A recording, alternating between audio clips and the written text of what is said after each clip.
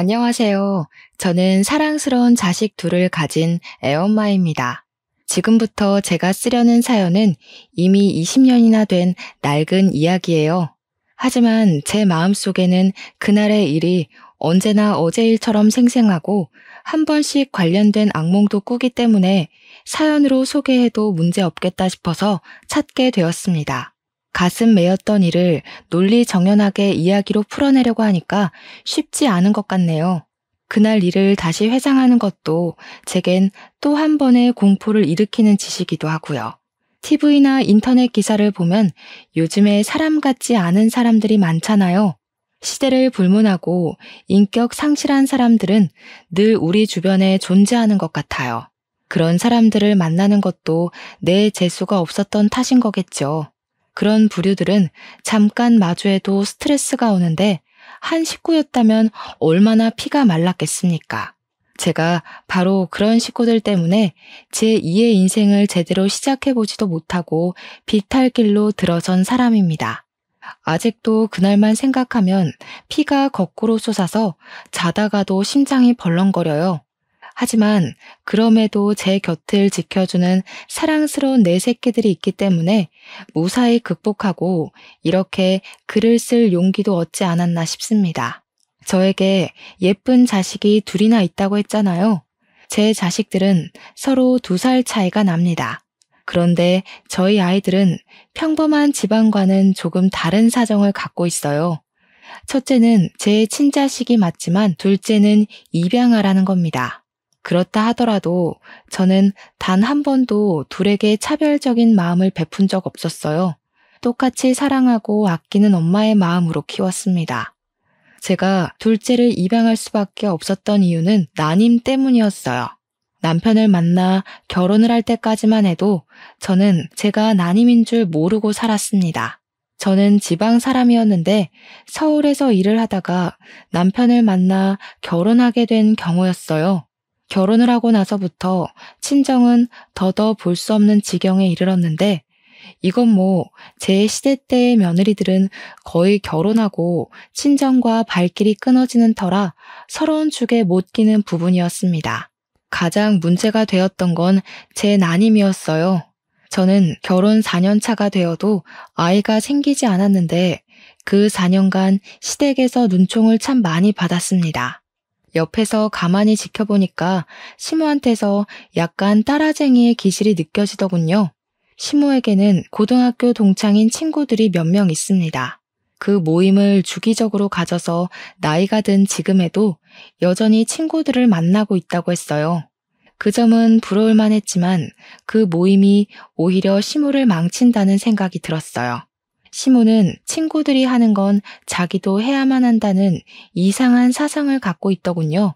친구들이 결혼을 하면 자신도 결혼을 해야 하고 친구들이 해외여행을 가서 자랑을 하면 자기도 한 번은 다녀와야 하는 등 친구들로부터 도태되는 걸 싫어했습니다.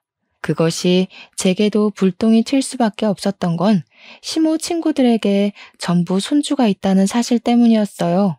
친구들 모두 아들이 있고 장가를 갔는데 예쁜 손주들을 다 안고 있더라고요. 저 때문에 쪽팔려서 모임도 못 나가겠다는 시모의 말은 저까지도 스트레스가 극에 달하도록 했어요. 한 번은 남편이 출근해서 아침 차려주고 저도 출근하려고 뒤늦게 밥을 먹고 있는데 시모가 화장실 가더니 제가 먹고 있는 국그릇을 확 엎어버리더라고요. 차려입은 출근복이 소고기국에 젖어 벌떡 자리에서 일어났더니 시모가 뭐라는 줄 아십니까? 목구멍으로 밥이 넘어가냐? 남들은 이맘때쯤 되면 애 밥 먹이느라 바쁠 텐데 너는 어쩜 네 목에 기름칠하기만 바쁘니? 도대체 너는 언제 아이를 볼 거야? 어머님, 그렇다고 먹고 있는 사람 밥그릇을 엎으면 어떡해요? 저도 아이 갖고 싶죠. 안 되는 걸 더 이상 어떡하라는 건데요? 시모는 저더러 다음날 무조건 연차 내라고 산부인과라도 가봐야지 이대로는 자기가 속병 나서 죽고 못 살겠다고 했습니다. 저 또한 시모의 자질구레한 간섭과 지적질이 너무 스트레스라서 산부인과를 가보는 게 좋겠다고 생각했어요. 그래서 시모랑 저는 산부인과를 동행하게 되었고 그날 제가 난임이라는 사실을 처음 알게 되었습니다. 시모는 원래부터 제게 살가운 사람은 아니었는데 그나마 제가 대기업 다니는 커리어우먼이라 크게 무시는 안 했었거든요. 그런데 제가 난임 판정을 받고부터는 아예 저를 찬밥 취급하기 시작했어요. 어떻게 자기 집안에 난임 며느리가 들어올 수 있냐면서 자기 팔자가 이 정도로 기구했던 적은 없는데 나 때문에 자기 앞길 막혔다고 저를 그렇게 원망했습니다. 난임이라는 사실은 저한테도 무척 충격이고 실망스러운 일이었지만 그것 때문에 계속해서 시모한테 무시당하는 건 납득하기 어려웠고 많이 버거웠습니다. 하지만 시모의 아기 욕심은 쉽게 포기될 부분이 아니었어요. 시모는 따라쟁이라서 친구들이 자랑하는 꼴을 고스란히 느끼며 도태되어 있을 사람은 아닐 거라고 예상했습니다. 그래서 제게 당장 시험관 시도를 해볼 것을 강요했어요. 남편도 저도 아기를 원했기 때문에 그 제안이 그리 거북스럽지는 않았습니다. 다만 시모의 아집이 너무 강해서 혀를 내둘렀을 뿐이죠. 시모는 빚을 내서라도 손자를 얻기 위해 시험관을 시켰습니다. 그렇게 고생해서 귀하게 얻은 아이가 바로 제 첫째 딸입니다. 난임이라는 소식에 제 인생에서 없을 줄 알았던 소중한 생명을 얻게 되어 제가 얼마나 기뻤는지 모릅니다. 기뻐서 눈물을 흘린다는 걸 그날 처음 겪어봤어요. 저도 남편도 모두 행복해했는데 정작 임신에 목말라 있던 시모만은 표정이 어두웠습니다. 알고 보니 제 자식이 딸이라는 것에 또 불만을 가진 상황이더라고요. 시모 친구들은 전부 손자를 얻었대요. 이제 막 태어난 아이 앞에서 산후조리하고 있는 제 앞에서 굳이 아기 성별을 논해야 할 일일까요? 시댁에 힘써주는 덕분에 시험관에 성공하여 딸을 얻게 되었음에도 그 감사함이 길게 가지 못했습니다.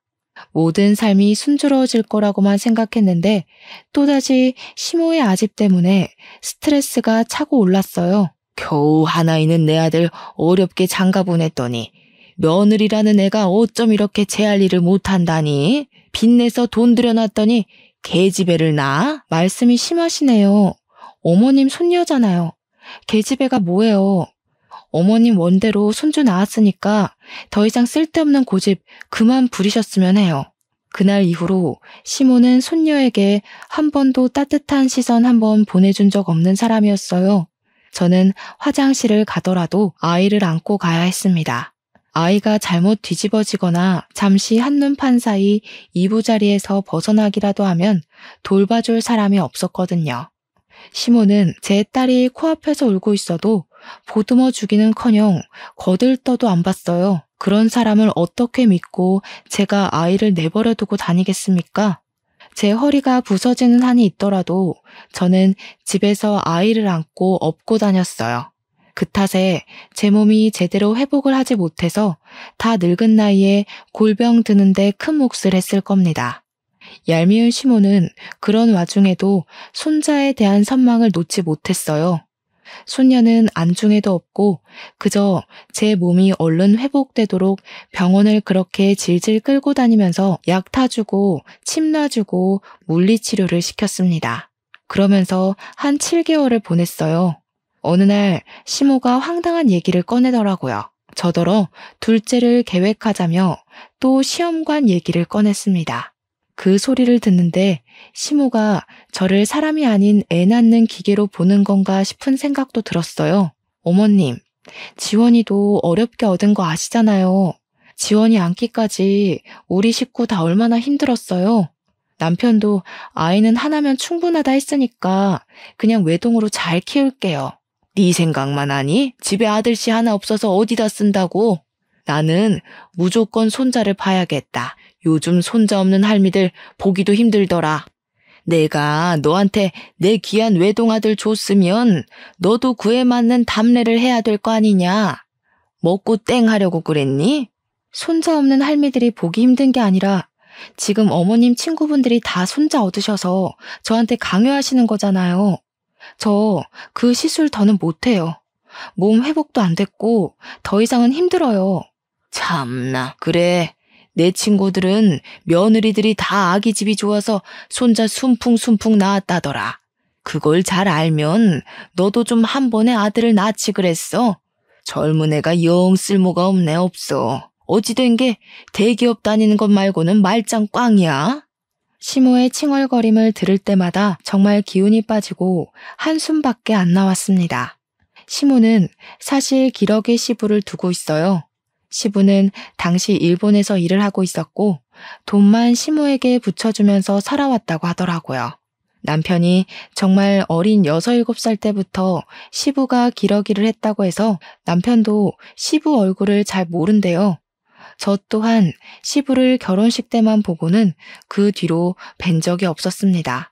시모는 시부가 주는 돈으로 하나 있는 남편에게 아낌없이 지원을 많이 해주면서 키웠다고도 했는데요. 그래서 남편에겐 취미랑 자격증이 좀 많았어요. 대기업 취업하는데도 전혀 무리가 없었다고 했고요. 반면에 시모는 일을 전혀 안 하는 사람이었다고 해요. 매주 친구들을 만나러 외출을 했는데 그 동창 친구들이 좀 잘 사는 것 같더라고요. 그래서 시모가 시부한테서 받는 돈에도 적다면서 많이 불평하는 걸 들었습니다. 자기도 이것저것 치장을 해야 하는데 재력이 그만큼 안 받쳐주니까 철없는 투정을 많이 부리더라고요. 어쨌든 그렇다고 제가 시모 뜻대로 아들 하나를 더 낳을 수도 있는 여력도 안 되잖아요. 저도 둘째, 셋째까지 낳을 수 있다면 좋겠죠. 그런데 제 몸이 그게 안 된다고 하잖아요. 그래서 시모 뜻을 완강하게 거절할 수밖에 없었습니다. 원래는 제가 웬만하면 시모한테 고분고분 맞춰줬어요. 하지만 아이 문제 때문에 제대로 틀어지기 시작하면서 시모랑도 부딪히는 날이 늘어갔던 겁니다. 제가 둘째를 갖지 않겠다고 강력하게 선언을 했더니 역시나 시모가 화가 끝까지 나서는 저한테 토라지고 말았어요. 그래도 어쩔 수가 없지 않습니까? 제가 뭐 천하무적도 아니잖아요. 진짜 끈질기게도 시모는 여전히 손자 욕심을 버리지 못했습니다. 제 주변을 맴돌며 계속 투덜거렸어요. 아들 안 낳을 거면 대기업 며느리 필요 없다든지 세상에 아들 하나 없는 집이 어딨냐라든지 아들 욕심이 절에 없어서 어디 엄마 자격이나 있겠냐. 너 때문에 내 아들까지 앞길이 캄캄하다 등등 엄청 징징거리고 툴툴댔습니다. 시모가 저를 진작에 자기 아들과 이혼시키지 않았던 건 딱 한 가지 이유 때문이었어요. 제가 남편과 같은 대기업 사람인데 듣자 하니 시모 친구들 며느리 중에서 제가 가장 학력이 높은 것 같더라고요. 제 결혼식 날 시모 친구들이 저랑 시모 앞에서 대기업 며느리 생겨서 시모는 참 부럽겠다며 유난을 떨었었거든요. 그때 시모 어깨가 하늘로 치솟았는데 시모가 처음이자 마지막으로 제게 우리 아가라고 불러줬던 것 같아요. 어쨌든 시모가 제 속을 뒤집어 놓고자 일부러 저를 따라다니며 염장 지르는 걸 알기 때문에 저는 그냥 시모의 잔소리를 한 귀로 듣고 한 귀로 흘려버렸어요. 그나마 고마웠던 건 남편한테 시모의 이런 고집을 얘기하면 남편이 저랑 같이 시모 욕을 해준다는 것에서 위안을 많이 얻었습니다. 남편의 존재는 저를 시댁에서 버틸 수 있게 하는 이유가 되는 사람이었어요. 한 번은 시모가 제게 또 손자 가지고 툴툴거릴 때가 있었는데 그걸 남편이 본 적 있었거든요. 남편이 바로 직접 나서서 시모의 잔소리를 막아주더라고요. 제발 좀 적당히 해. 사람 몸이 천근만근인 줄도 모르고 왜 이렇게 철없는 소리를 하는 거야? 내 와이프가 엄마 요구 들어주는 기계야? 자꾸 이런 식이면 우리 분가해버릴 거야. 고집불통 시모도 자기 아들이 혼쭐 내는 것에는 별말을 못하더군요. 그 뒤로 시모는 혼자서 꽁한 채 한동안 잠잠하게 지냈습니다. 덕분에 저도 마음 편히 딸을 키울 수 있었어요. 그렇게 한 2년 정도 태풍의 눈 안에서 푹 마음을 놓았을까. 그동안 조용했던 일상에 대해 보복이라도 하는 건지 모르겠지만 시모가 아주 큰일을 터뜨리고 말았어요. 지금 생각해도 이 부분은 대형 사고네요. 그날은 여느 때처럼 딸을 재우고 남편 아침을 챙겨준 뒤 남편을 보낸 날이었습니다. 아침부터 어딜 간 건지 생전 안 하던 일은 외출한 시모가 점심쯤 귀가를 했는데요. 저는 시모를 보자마자 어디 다녀오냐고 묻지도 못하고 그 자리에서 굳어버릴 수밖에 없었어요. 시모가 웬 의문의 아기를 하나 안아들고 있더라고요. 갓난 아기였고 포대에 감싸져 있는 아들이었습니다. 이제부터 우리 집 손자 될 아이다. 앞으로 너도 아들이라고 생각하고 잘해라. 아직 태어난 지 2달밖에 안 돼서 우리 식구로 들이기 딱 좋을 때야.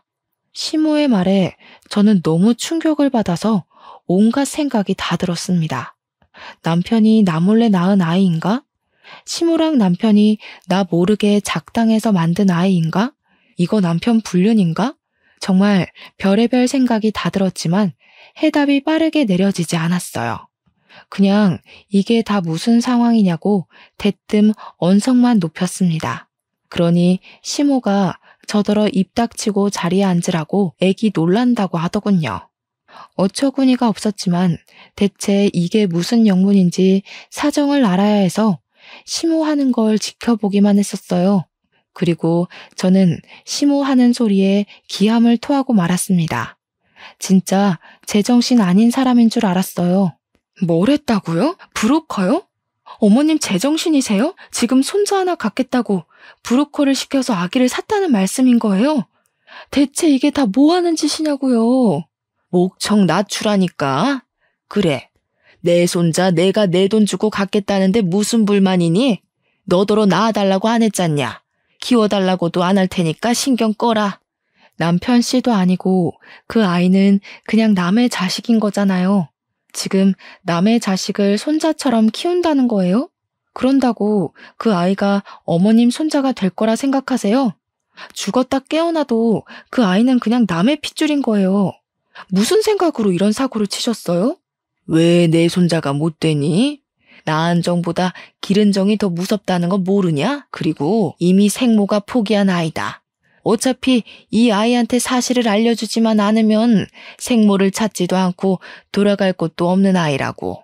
도대체 뭐가 문제라는 거니?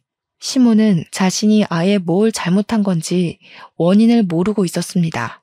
그런 시모를 보고 저는 단지 시모가 제정신이 아니라고만 생각했어요. 아무리 손자가 갖고 싶어도 그렇지 어떻게 남의 아기를 돈 주고 사올 생각까지 했는지. 이럴 거면 그냥 새 며느리를 들이지 그랬냐고 제가 시모에게 고래고래 소리를 질렀더니 시모가 자기 아들 인생에 이혼율 그이게 할 수 없다면서 아들 재혼은 죽어도 못 받아들인다고 했습니다. 그러면서 잘 해결됐는데 뭐가 문제냐고 되레 언성을 높이더군요. 저랑 얘기하니까 피가 거꾸로 솟는다면서 품 안의 아기를 소중하게 데리고 자기 방으로 들어가 버렸어요. 이렇게 큰 문제는 저랑만 다툴 일이 아니잖아요. 퇴근하고 온 남편도 당연히 이 사실을 알았고 그날 저녁 남편이랑 시모는 처음으로 순순히 물러나는 사람 없이 대판 싸우게 되었습니다. 싸우는 대화 내용을 듣자 하니 시모는 브로커에게서 300만 원을 주고 그 아기를 사온 거더라고요. 20대 초반 미혼모 여자의 아기라는데 남편은 시모의 입장을 다 듣기도 전에 화가 나서 당장 그 브로커 명함 내놓으라고 시모에게 난동을 부렸습니다. 시모가 순순히 아기를 내놓지 않자 남편은 시모 품에 안긴 남자 아기를 빼앗았고 아기를 갖다 버리겠다고 겁박을 했어요. 남편이 저렇게까지 화를 내는 건 저도 처음 봤었습니다. 남편의 과격한 행위에 식겁한 시모는 얼른 남편에게 명함을 건넸어요. 그러면 당연히 다시 아기를 돌려받을 거라고 생각을 했던 건지 시모가 남편을 향해 두 팔을 뻗으면서 아기를 달라고 했으나 남편은 그대로 시모를 지나쳐 아기를 데리고 집을 나섰습니다. 그러자 시모가 울고불고 남편을 뒤쫓았지만 이미 차를 타고 가버린 남편을 붙잡진 못했어요. 물론 제가 시모를 못 가게 잡아 말리기도 했지만요. 시모는 남편의 모습이 사라질 때까지 길바닥에 주저앉아 땅을 치다가 나중에는 제게 성질을 내면서 닥치는 대로 저에게 손찌검을 하기 시작했습니다. 당장 내 손자 데려와. 너 때문에 되는 일이 하나도 없다. 네가 이 집에 들어오고부터 나한테 해준 게 뭐가 있냐? 아들 낳아줄 거 아니면 빨리 내 손자 데려오라고. 제발 정신 좀 차리세요. 사람 같지도 않은 짓 하고서 하늘이 두렵지도 않으세요? 나중에 뒷감당 어떻게 하시려고 돈 주고 그런 짓을 하는 거예요. 시모는 남편이 돌아올 때까지 방구석에 박혀 나오지도 않고 밥도 안 먹었습니다. 그렇게 나갔던 남편은 하루 뒤에 돌아왔는데요. 당황스럽게도 남편 품에 아기가 그대로 안겨 있더라고요. 남편한테 어떻게 된 거냐고 물었더니 당연히 브로커한테서 돈은 못 돌려받았는데 남편은 브로커에게 돈 안 받아도 되니까 아기만 다시 가져가라고 했대요. 그랬더니 그것도 브로커가 이미 자기 손에서 끝난 일이니까 알아서 해결하라고 미혼모 연락처랑 주소를 알려주는 덕에 미혼모까지 만났다고 했습니다. 하지만 직접 찾아가서 만난 미혼모는 생각보다 많이 양아치에다 쓰레기라서 아기를 그 여자한테 맡겼다간 아기가 일주일도 못 가 생을 마감할 것 같다는 생각이 들었다고 했어요. 그만큼 미혼모는 엄마의 자격이 없는 여자였다고 했습니다. 그래서 남편은 긴 고민 끝에 결국 다시 아기를 데려오게 되었다고 하네요. 어쩔 수가 없었어. 아기가 죽게 내버려두진 못하겠더라고. 아무래도 좀 더 데리고 있으면서 어디 안전하게 위탁할 수 있는 곳을 알아봐야 될 것 같아. 그 순간 우리에게 닥친 사실에 진짜 기가 막히고 저까지 정신 나가버릴 것 같았지만 남편이 말해주는 아기의 사정을 들으니까 진짜 그 여자한테는 보내면 안 되겠더라고요. 그래서 며칠간 고민하면서 그 아기를 잠시 우리 집에 놔두게 되었는데요. 남편이랑 같이 괜찮은 위탁소를 찾으며 고민하는 며칠 동안에 그만 아기한테 정이 들어버리고 말았지 뭡니까. 무엇보다 우리 딸이 아기를 엄청 좋아하더라고요. 우리 딸도 당시 2살밖에 안 되었을 때였는데 더 아기인 아이를 알아보기라도 하는 건지 아기 옆을 얼쩡거리면서 계속 아기 하며 관심을 보였어요. 신기하게도 자기 인형까지 그 아기한테 다 양보하고 누나다운 모습을 계속 보여주더라고요. 누가 양보라는 걸 가르쳐 주지도 않았는데 말이에요. 그리고 손자가 미쳐있던 시모에게도 변화가 찾아왔는데요. 손자가 생겼다고 사람이 유들유들해져서는 우리 딸에게도 처음으로 손녀 대우를 해주기 시작했어요. 저 또한 우리 딸과 잘 어울리는 그 아기를 보면서 예뻐서 눈이 계속 가긴 하더라고요. 신기하게도 마치 그 아기가 우환이 깃든 저희 집안에 활기를 찾아주는 것만 같았습니다. 그래서 진짜 말도 안 되게 그 아기를 입양하기로 마음을 먹었어요. 남편이 제 결정에 깜짝 놀라긴 했지만 시모도 좋아하고 우리 딸도 좋아하고 나도 좋은 거라면 남편 또한 좋다고 금방 수긍을 해주었어요. 저의 소중한 둘째는 이렇게 생겨났습니다. 정말 말도 안 되는 일 때문에 제게 아들 녀석이 생겨났지만 이렇게 일이 마무리되었다면 제 이야기가 조금은 덜 서러웠을지도 몰라요. 아이 문제가 해결이 되자 제게 또 다른 골칫거리가 찾아왔는데요. 제 최악의 에피소드는 이때부터가 진짜였습니다. 남편이 어느 순간부터 야식과 회식 자리가 많아져서 새벽에 귀가하는 일이 늘어갔어요. 술에 찌들어서 제정신일 때를 거의 볼 수가 없었을 정도로 빈번했습니다. 그런데 저는 정말 순진하게도 이 모든 변화가 남편 말 그대로 회식이랑 야근이 많아서인 줄 알았어요. 또 제 남편은 제게 한없이 착하고 내 편이던 사람이었기 때문에 남편에게 수상쩍은 문제가 있을 거라곤 생각 자체를 못했었어요. 남편의 문제를 눈치챘던 건 우리 아들이 처음으로 심하게 아팠을 때였습니다. 아들이 계속 토하고 몸에 열이 나길래 병원을 가야 했는데 마침 남편 퇴근 시간이랑 맞물리더라고요. 그래서 남편 차를 타면 좋겠다 싶어 전화를 했더니 아무리 해도 안 받는 겁니다. 더는 지체할 수 없어서 할 수 없이 저는 시모한테 딸을 부탁하고서 아들 안고 혼자 응급실에 연락해 집을 나섰습니다. 택시 타고 급하게 가까운 대학병원을 먼저 찾았고 아들은 장염 판정을 받았어요. 다행히 아들은 링거 한 대 맞으면서 급한 불을 끌 수 있었고 뒤늦게 잠에 푹 들었습니다. 혼자 고군분투를 했더니 힘이 쭉 빠지더라고요. 아들 손을 조물락거리면서 침대에 머리를 기대고 있었는데 그 순간 잊고 있던 남편에게서 전화가 왔었습니다. 받자마자 왜 이렇게 연락이 안 됐냐고 나 혼자 애 아파서 무서웠다고 하소연을 하려고 했는데 수화기 너머에서 건너오는 목소리는 정작 낯선 여자의 것이었습니다. 안녕하세요, 사모님. 오빠가 오늘은 좀 거하게 마셔서요. 곧 보낼게요. 참, 우리 아들은 잘 크고 있죠? 좋은 엄마 만나서 잘 크겠지 뭐. 이렇게 말하면 제가 누군지 아실까요? 그 순간 저는 잠들어 있는 아들 얼굴을 한번 쳐다봤고 낯선 여자가 바로 이 아이의 엄마라는 사실을 눈치챘습니다. 소름이 쫙 끼침과 동시에 머릿속으로 수만 가지의 물음표가 생겼어요. 그중 이 미혼모가 왜 내 남편이랑 같이 있는지가 가장 의문이었습니다. 그러나 제가 문제로 걸고 넘어지기도 전에 전화가 끊어져 버렸고 제가 전화를 다시 걸어도 더 이상 그 여자 목소리는 들을 수가 없었어요. 결국 저는 다음날 아들을 데리고 다시 집으로 가서 출근하려는 남편에게 따질 수밖에 없었습니다. 당신 뭐야?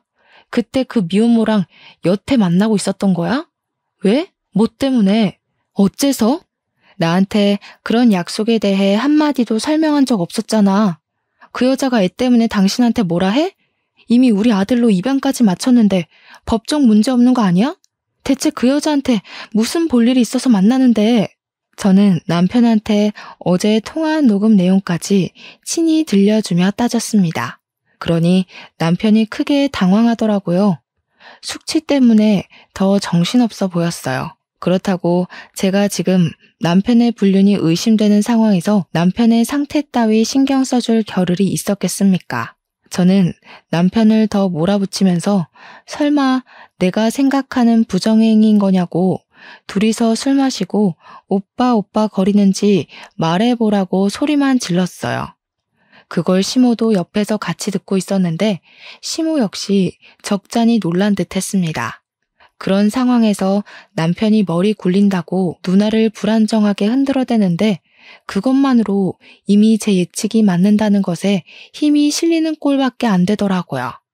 제발 아무런 사이도 아니라고 변명이라도 해주길 바라며 말을 좀 해보라고 소리를 쳤더니 남편이 되레 저한테 소리 좀 지르지 말라고 목청만 높였습니다. 그리고는 머리 아파 죽겠으니까 출근하고 와서 얘기하자면서 도망치듯 집을 나가버렸어요. 시모가 이게 무슨 일이냐고 저한테 정황 설명을 마구 요구했는데 자기 아들 편들 게 뻔해 보여서 시모 얼굴도 보기가 싫더라고요. 그와 동시에 시모 품에 있는 아들까지 순간적으로 미웠습니다. 사랑하는 사람에게 배신당하는 건 상상 이상으로 힘들잖아요. 그래서 제게는 제 감정적 슬픔을 감당해줄 원망의 대상이 필요했던 것 같아요. 그게 바로 아들의 존재였어요. 이렇게 남편이 비뚤어진 걸 죄 없는 아들 탓으로 돌리면서 아들만 아니었다면 우리 가정에 불순물이 묻지 않았을 거라고 저 혼자 그렇게 위안 삼고 원망을 했었습니다. 그래서 저는 시모랑 아들을 완전히 외면하고서 방에 들어와 제 딸을 끌어안고 눈물을 흘렸어요.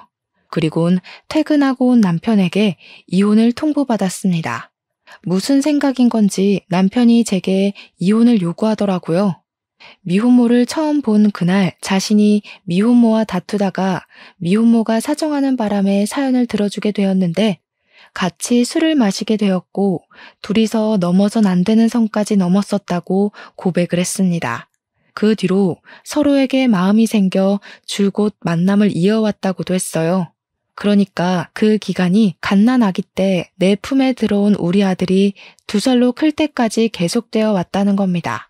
저는 더 깊은 내막을 듣진 못하고 그대로 남편의 귀싸대기를 날렸습니다. 그리고 주방으로 가서 집에 있는 고춧가루를 가져와서 남편 얼굴에 쳐 뿌리고는 봉지째로 남편 면상에 집어 던져버렸어요. 그래서 이혼하자고? 딴 여자 생겼으니까 나보고 네 옆에서 꺼지라는 거야? 어떻게 당신 입에서 이혼이란 말이 나올 수가 있어. 이 양심 없는 새끼야. 쓰레기 짓은 네가 다 해놓고 뭐가 떳떳해서 고개 쳐들고 이혼 소리를 해? 네가 뭔데 나를 까? 뭔데 이혼 얘기를 먼저 하냐고? 쌍욕이란 쌍욕은 다 하면서 남편을 원망했고 배신감을 느낀 만큼 남편을 개패듯이 패고 또 팼습니다. 그러자 시모가 무섭게 달려와서는 저를 밀치더라고요. 자기 아들이 설령 불륜을 저질렀다고 하더라도 시모에겐 아들이 중요했고 손자가 중요했던 겁니다. 시모에게 저라는 사람은 그저 남편을 보필할 여자, 손자를 키워줄 여자밖에 안 되었던 거예요. 그런데 황당한 건 뭔 줄 아시나요? 이제 그만 그리 사랑하는 아들 뜻에 따라 저랑 남편을 이혼시킬 법도 할 텐데 시모 하는 말이 진짜 재밌더라고요. 네가 하라는 대로 다 하마. 그래도 이혼은 안 된다. 그냥 내 아들이랑 그 여자랑 만나든 말든 신경 끄고 네가 이 집에서 상전처럼 살면 되잖냐. 앞으로 네가 하는 일 다 입안될 테니까 이혼은 절대 생각도 마라. 말 같지도 않은 소리 한결같이 하시네요. 어머님 아들이 이혼하고 싶다잖아요. 한낱 미혼모한테 미쳐서는 양아치 여자를 옆에 두고 싶다 하는데 어머님 돈 주고 일 꾸미는 거 좋아하시지 않아요? 그 정신 나간 여자 데려와서 어머님 손맛대로 신분 위조해주면 되겠네요. 안 돼. 내가 그 여자를 알아도 제일 잘 알지. 우리 손자 데려오려고 사전조사를 얼마나 꼼꼼하게 했는데 일부러 더 음지에 있는 여자를 찾은 거란 말이야. 그런 인간 말종인 여자는 우리 집 며느리로 절대 못 들인다. 웃기네요. 인간 말종의 핏줄은 괜찮은데 인간 말종을 며느리 삼을 수는 없다. 어머님의 그 잘난 기준 진짜 너무 역해서 더는 이해해주기 싫어요. 돈 주고 애를 사오는 인간이나 그의 엄마랑 바람 피우는 인간이나 그 부모의 그 새끼인데 제가 너무 큰 기대를 한 것 같네요. 진작에 이 답 없는 집구석 나왔어야 했는데 저는 이혼 합의는 절대 해줄 생각이 없어서 제가 당한 만큼 소송으로 갚아주겠다고 경고장을 날려준 뒤에 바로 짐을 챙겼습니다. 소송을 한다니까 둘이서 꽤나 놀랐는지 남편이랑 시모가 저를 막으려 했지만 이미 당시 제정신이 아니었던 저는 내 몸에 손대면 경찰에 신고해버릴 거라고 악까지 질러버렸어요. 그동안 쌓였던 게 물밀듯이 솟구치니까 정말 괴성을 독하게 내지를 수가 있겠더라고요. 한 번도 시댁에서 정신 나간 사람처럼 보였던 적은 없었는데 제가 처음 보는 모습을 드러내니까 그 둘도 놀라서 그냥 내버려 두더군요. 그 상태로 저는 가벼운 짐만 챙긴 뒤에 딸만 데리고서 그 집을 나오려고 했는데요. 제가 신발을 신는 순간 아들이 저를 쫓아 신발장까지 아장아장 걸어오더라고요. 저를 보고 엄마 엄마 하는 아들을 보면서 쉽사리 발이 안 떨어졌지만 정말 마음 독하게 먹고서 그대로 집을 나와버렸습니다. 일단은 직장 동료에게 신뢰를 무릅쓰고 연락했고 딸을 데리고 그 동료 집에서 신세를 지며 살았어요. 문제는 집을 나왔는데도 아들의 모습이 잊히지가 않아 괴로웠다는 겁니다. 며칠 고민 끝에 아들을 포기할 수 없었던 저는 결국 변호사에게 부탁해서 아들 친권 꼭 내가 가져야 된다고 승소하게 해달라고 사정을 했어요. 그랬더니 변호사가 흔쾌히 가능한 일이라고 고개를 끄덕이더군요. 남편이 바람을 피운 상황인데다 남편은 아들을 키우면서 한 번도 자기 아들이라고 보듬어 준 적 없는 아빠이기 때문에 그게 증명만 된다면 친권은 얼마든지 제 편에 세울 수 있다고 했습니다. 그 말만으로 얼마나 안심이 되었던지 몰라요. 아들은 어쨌든 저와 남편이 입양한 자식이고 법적으로 내 새끼잖아요. 피 섞인 아들이 아니라도 그 쓰레기들 틈에 둘 수는 없었습니다. 그리고 저는 손쉽게 승소를 했어요. 제가 승소할 수밖에 없는 건 어쩌면 너무 당연한 일이었습니다. 판사도 엄청난 아빠의 편이 아닌 엄마인 제 입장에서 손을 꼭 들어주어서 이길 수 있었어요. 그날 남편이 저를 엄청 원망스린 눈으로 쳐다봤고 시모는 제게 삿대질을 하며 자기 손자를 뺏어간 죽일년이라면서 법정 떠나가도록 소리를 질러댔습니다. 그걸 무시하고 나온 저는 바로 애들을 데리고 스페인으로 떠났어요. 시모의 아집을 알기 때문에 분명 같은 한국 땅을 밟고 있다면 언젠가 제 아들 앞에 나타나서 꼭 더러운 꼴을 보이고 말 것 같았거든요. 전 남편과 시모가 제 앞을 막는 건 상관이 없지만 제 자식들 앞길에 오물오물 투척하는 건 절대 용납하고 싶지 않아서 내린 결정이기도 했어요. 그렇게 떠난 스페인에서 우리 아이들은 고맙게도 너무 건강하게 또 적응도 잘하며 컸습니다. 스페인에서 무탈하게 지냈다 보니 저희는 영주권까지 받을 수 있었어요. 저는 가정의 행복이란 걸 그곳에서 제대로 느꼈고 아이들과 함께 웃으면서 세월을 보냈더니 어느덧 20년이나 흐르게 되었습니다. 그리고 저희는 올 초에 한국으로 돌아오게 되었어요. 개인적으로 저는 한국을 다신 찾고 싶지 않았지만 성인이 된 딸이랑 아들이 자신의 모국이 어떤지 궁금하다고 조르더라고요. 그래서 아이들을 생각해 결국 귀환을 결심했죠. 잊힌 줄 알았던 저의 과거의 기억은 한국을 들어오자마자 또 생생하게 제 가슴을 조여왔습니다. 서울 공기만 마셔도 과거의 스트레스들이 내 눈앞에 현존하고 있는 것처럼 모든 것이 필름처럼 떠올랐어요. 그렇다고 오랜만에 찾은 한국이 괴롭기만 한 건 또 아니더라고요. 저도 한국 사람이잖아요. 한편으론 저의 친정이 있기도 한 이곳이 반가운 것도 사실이었습니다. 저는 한국에 오자마자 못 본 새에 나이가 많이 든 친정 부모를 찾아뵈었고 우리 애들이 외조부를 휴대폰으로만 보다가 직접 보니 훨씬 더 좋아하며 살갑게 행동했습니다. 제 부모님이 웃고 제 자식들이 웃는데 그 모습을 지켜보던 그 순간에 그런 생각이 들더라고요.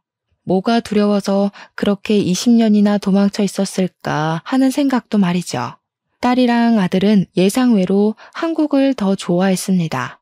한국말 하는 데는 서툴지 않았어요. 제가 한국말을 쓰면서 아이들에게 한국인이라는 걸 잊지 않도록 신경 썼거든요. 외국으로 도망쳤다고 한들 아마 저도 무의식적으로 언젠간 한국에 돌아와야지라는 생각을 품고 있었던 것 같아요. 제 자식들은 스페인에서도 한국 대사관에서 일을 하는 외교관들이었습니다. 한국으로 돌아와서도 나란히 외교부로 취업이 되었기 때문에 불과 얼마 전 집을 구해야 해서 아들이랑 같이 차를 타고 부동산을 돌았던 적이 있었어요. 살다 그렇게 신기한 일은 또 처음이었습니다. 아들이랑 같이 여러 차례 부동산 매물을 고민하던 중 저희가 한 부동산에서 익숙한 매물을 소개받았어요. 놀랍게도 제게는 상처나 다름없던 시댁 매물이 나와 있더라고요. 중개사가 말하길 그 매물 주인이 할머니가 건강이 악화돼서 병원비가 많이 필요한데 아들 되는 사람이 불륜 사건 터지는 바람에 대기업 직장을 잘려서 급전이 급한 상황이라 집을 팔고 작은 데로 이사를 간다고 했다네요. 그것이 시모랑 전 남편 얘기라는 걸 알아서 순간 저도 모르고 가슴속 응어리가 쪼여왔습니다. 화병이 도진 듯 열기가 올라서 가슴 중앙을 2번 쳤더니 아들이 걱정하면서 왜 그러냐고 묻더군요. 저는 그 부동산을 나와서 아들이 사주는 냉커피 한 잔을 마시며 어렵게 설명을 해줬는데요. 애들이 학교 다닐 나이에 제가 이미 제 사정과 애들의 아빠 사정, 그리고 입양 사정도 모두 얘기를 해줬었어요. 그때마다 제가 시모랑 전 남편 기억 때문에 한 번씩 한숨을 내뱉으면 착한 우리 애들은 그저 제 걱정과 자신들을 홀로 키워준 저에 대해 존경심밖에 없다고 위로해 주었고 저를 대신해서 늘 시모랑 전 남편에게 앙심을 품고 있었습니다. 그래서 그런지 시모랑 전 남편 얘기를 다시 꺼내도 아들은 그리 놀라지 않더라고요. 오히려 저를 그리 괴롭히고 자신을 2번 버려지게 했었다는 시모랑 전 남편 존재를 얼떨결에 찾았다 보니까 궁금해하기까지 했습니다. 그러면서 하는 말이 아들이 시모 집을 매매하자고 제안했어요. 놀라서 무슨 생각으로 그런 소리를 하냐고 너한테 상처 준 사람들인데 왜 굳이 나서서 또 상처를 받으려고 하냐고 했더니 아들은 그 사람들한테 받은 상처가 얼마나 아팠는지 전혀 기억 안 나지만 해선 안 될 짓을 했다는 걸 알게 해주고 싶다고 했어요. 뿐만 아니라 제가 더 놀랐던 건 그 매물에 대한 숨겨진 복권이 따로 있었다는 겁니다. 그래서 얼떨결에 아들 주도하에 그 집을 매매하게 되었는데 그러기 위해서는 집주인을 만나야 했어요. 시모가 건강했다면 직접 왔겠지만 다 죽어간다고 했으니 대리인으로 부동산을 찾아온 전 남편을 마주하게 된 자리였습니다. 20년 만에 마주한 그는 한때 대기업에 다녀서 정장 슈트만 입던 꼴은 온데간데 없었고 어디 자파 상점이나 철물점을 운영하는 것처럼 꼬질꼬질하게 해진 옷을 입고 있었어요. 전 남편은 처음엔 굽신거리며 들어왔다가 저를 보자마자 놀랐는데요. 저를 단번에 알아본 듯 했습니다. 문제는 전 남편 눈빛이 제게 앙심이 상당해 보였다는 것이에요. 어디 가서 보기 좋게 굶어 죽은 줄 알았더니 멀쩡하게 살아있네? 남의 집 박살 내놓고 잘도 살았나 보다? 너 때문에 우리 엄마는 아직도 다 죽은 꼴을 하고 있는데. 전 남편이 제 분에 못 이겨 달려들었는데 그 앞을 아들이 막아주었어요. 아들은 그대로 전 남편을 내동댕이 쳐버렸습니다. 바닥을 구른 전 남편은 그제야 아들의 존재를 쳐다보면서 인상을 팍 찡그렸어요. 제가 젊은 남자랑 바람이라도 난 줄 아나 보더라고요. 뭐 눈엔 뭐만 보인다더니 내가 넌 줄 알아? 이러니까 너 같은 건 친권 자격이 없다는 거야. 누가 누구더러 집을 박살냈대? 아직도 모르겠어? 너네 집이 망가진 거 네 탓이잖아. 네가 딴 년한테 정신 팔려서 가족이고 뭐고 버려서 이 꼴 난 거 몰랐니? 제가 친권을 논하니까 전 남편이 대강 눈치를 챘는지 아들을 다시 보곤 말을 잇더라고요. 곧 자리에서 일어나 아들의 손을 잡으면서 입을 해벌쭉 벌렸습니다. 얘가 그 아기라고? 네가 진짜 윤의 아들이니? 아이고야, 내가 네 아빠야. 나랑 네 할미가 널 데려왔다고. 얼굴 좋은 것 보니까 어디 좋은 데서 일하나 보구나. 네 머리가 이 아빠를 닮아서 그래. 이제라도 집으로 돌아와라. 아빠한테 오기만 하면 친엄마도 찾아줄게. 네 친엄마가 자꾸 도망다녀서 나도 요즘 정신이 없다. 아들 찾았다고 하면 분명 나타날 거야. 윤혜는 아무래도 미혼모의 이름인 듯 했습니다. 아들은 그걸 듣고 되레 표정을 더 차갑게 굳혔어요. 그러고는 바로 전 남편의 손길을 뿌리치더니 그대로 주먹을 써버린 거 아니겠습니까? 아예 아빠라고 생각도 안 하는 태도였고 지칭도 아저씨라고 하면서 과감하게 전 남편을 후려치더라고요.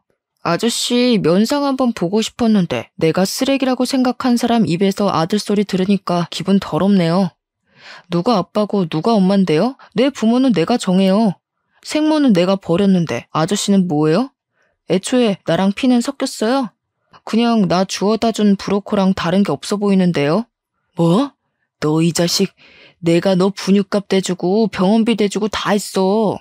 이게 애비 은혜도 모르고 뭐 아저씨? 말버릇이 그게 뭐냐? 자꾸 애비 거리지 마세요. 차라리 얼굴 모르는 생부 존재가 나을 지경이에요. 저랑 엄마는 여기 매매자 입장으로 온 거거든요. 이 정도 질척됐으면 그만하시고 도장이나 찍으시죠. 아저씨 엄마 죽어간다면서요. 돈 급하지 않으세요? 전 남편은 아들이 건방지다며 아들의 멱살을 잡으려 했지만 다 늙은 아저씨가 혈기왕성 청년의 힘을 이기는 건 불가능하지 않습니까? 전 남편은 그대로 아들의 주먹을 한 대 더 맞았을 뿐이었어요. 전 남편은 아들에게 말로 터지고 손으로도 쥐어 터진 후에야 부동산에 온 목적을 실행했습니다. 계약서에 도장부터 찍었어요. 그러더니 아들은 현금으로 비용 지불하겠다며 찾아온 현찰 봉투를 들고서 전 남편 머리 위로 툭 던졌습니다. 우리 엄마는 제 옆을 내내 지켜준 이분뿐이에요. 아저씨가 나중이라도 우리 엄마 발목 잡으러 나타날까봐 일부러 한 번쯤 경고하려고 만나준 거니까 이젠 다시 마주치는 일 없을 거예요. 그리고 웬만하면 바빠도 뉴스는 좀 보세요. 멍청하니까 이렇게 제 복도 발로 뻥 차버리지. 전 남편이 아들의 말을 이해하지 못해서 아들을 째려보고만 있었는데요. 아들이 하는 말뜻은 아까 제가 말씀드렸던 매물 복권이라는 사실을 뜻하는 거였어요. 사실 시댁 매물이 있는 동네가 며칠 전 재개발 확정이 되면서 땅값이 폭등해 뉴스에 난 적이 있었거든요. 전 남편이 몇 개월만 더 버텼다면 몇 배의 보상금을 받고 정말 좋은 아파트로 이사 갈 수 있었을 텐데. 아들 말대로 전 남편이 제 발로 복을 냅다 차버린 셈인 겁니다. 아마 하늘에서 더 어렵게 살 팔자여야 된다고 벌을 내린 게 아닌가 싶어요. 그 뒤로 저는 완전히 제 가슴속 응어리를 비워낸 것처럼 시원함을 느끼며 살고 있습니다. 더 이상 전 남편과 시모가 제 가정에 허튼 짓이라도 할까봐 전전긍긍할 필요도 없고 자녀들한테 복의 겨울만큼 효도까지 받고 있으니 이보다 더 좋은 세상이 있을까 하며 지내고 있어요. 제 속의 한은 20년이나 걸려서 완벽하게 해소가 되었지만 그래도 이 긴 세월 동안 느낀 것이 있다면 절대 나쁘게 살면 안 되겠다는 마음이었어요. 마치 하늘에서 다 지켜보고 나쁜 짓 한 사람들의 결말은 처참할 수밖에 없다는 걸 알려주는 것 같았거든요. 20년이나 지난 세월에서도 가혹하게 무너질 게 남았다는 걸 누가 알았겠습니까? 아무튼 저는 더 행복한 시간을 보내고 있습니다. 애들 덕분에 일도 안 하고 있고 친정 부모님과도 해외여행도 계획했어요. 친정 부모님이 제가 살았던 제2의 고향 스페인이 궁금하다고 하셔서 손자 손녀를 가이드 삼아 보고 싶다고 하시더라고요. 앞으로도 저희는 오늘처럼 즐겁고 편하게만 사는 게 목표입니다. 저희뿐만 아니라 모든 분들이 웃는 날이 많았으면 좋겠네요. 얘기가 너무 복잡하고 길었습니다. 이만 마무리 짓도록 할게요. 읽어주셔서 감사드려요.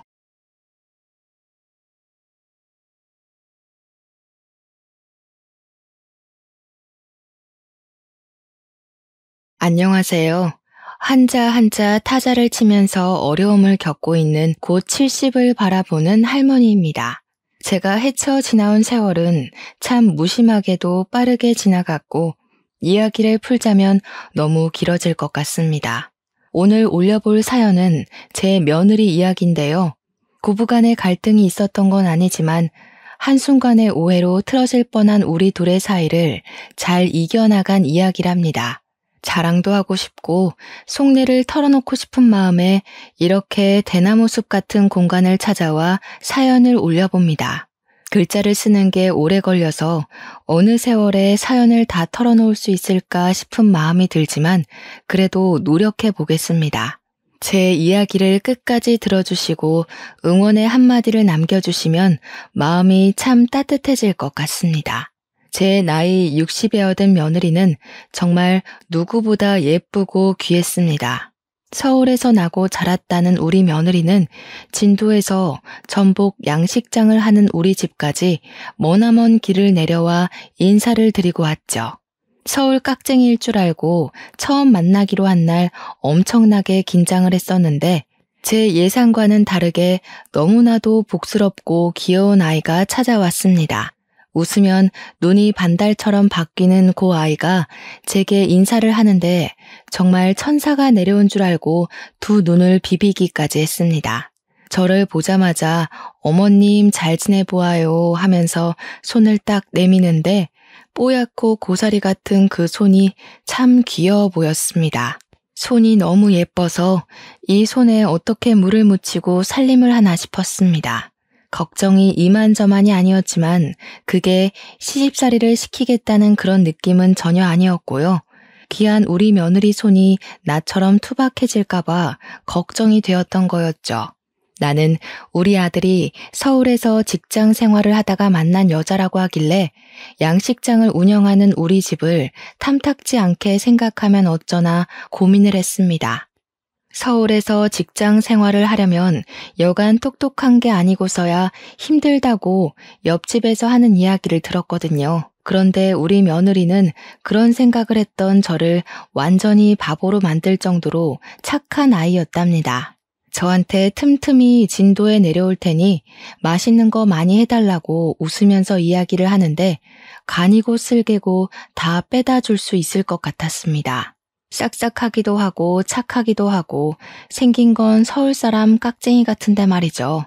오죽하면 주위 주민들이 서울 계집애는 드세다는데 큰일 난 거 아니냐고 며느리한테 휘어잡혀 사는 거 아니야? 하다가도 우리 며느리랑 대화 몇 마디 나누면 바뀌더라고요.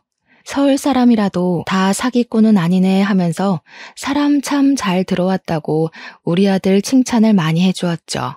첫인사 온 날 제가 부랴부랴 전복도 구워주고 자연산 미역줄기 따다가 말려 초무침도 해주고 새우도 구워주고 했죠.